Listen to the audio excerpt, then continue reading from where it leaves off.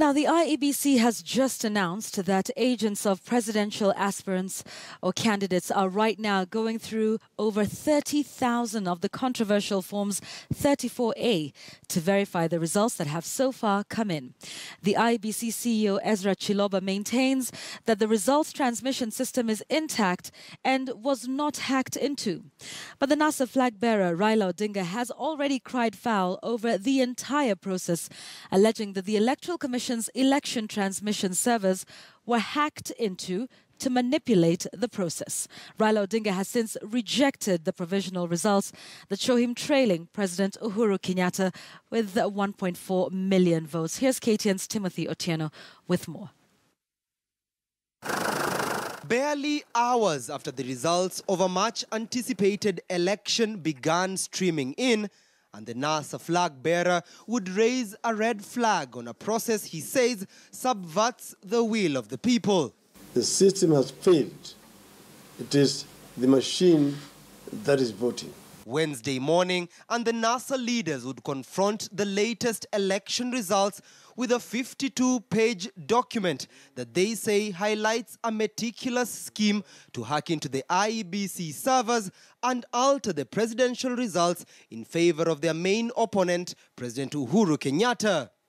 The documents, which KTN News is yet to verify their credibility, shows the alleged digital footprints of the hacker, which began at 12:37 a.m. on the morning of the election, just 5 hours before polls opened, where a Microsoft SQL Server 2008 R2 is said to gain access to the IEBC data management system.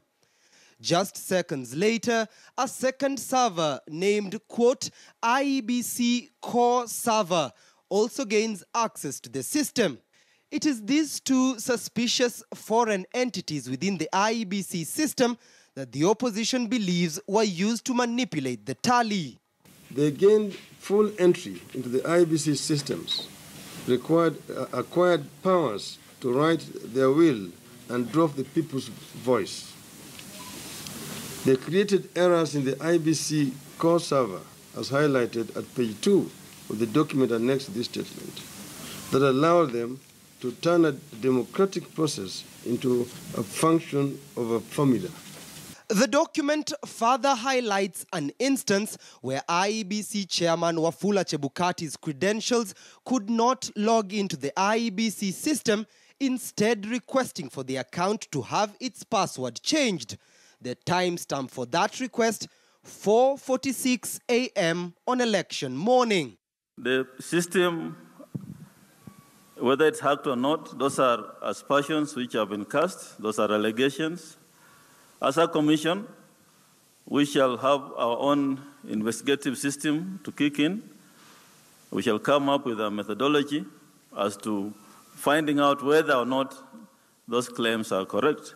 This is the complete the print out of how they gained access into the IEBC server, how they manipulated, who did it, how it was done, at what time, who they were. By Wednesday evening, Raila Odinga was still trailing President Uhuru Kenyatta, having garnered just 44% of the vote against Uhuru Kenyatta's 54%, with nearly 80% of the total votes counted countrywide. The results which you have been seeing displayed on the screen are not the official results.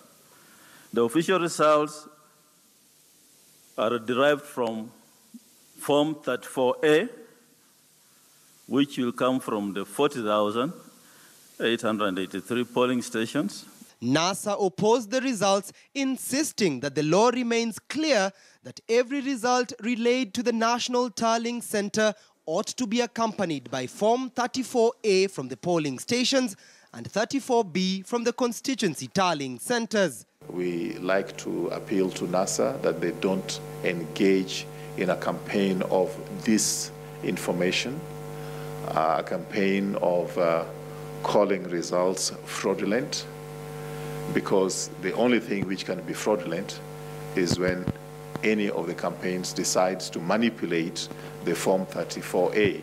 But despite the controversy, IGAD has given the election results a clean bill of health. The general elections were conducted in a peaceful, orderly, and transparent manner. The focus now shifts to the country's electoral body, which is yet to make any public announcement of the presidential results.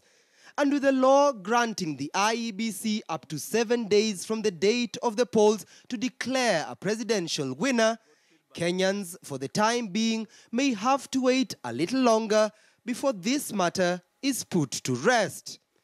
Timothy Otieno, KTN News.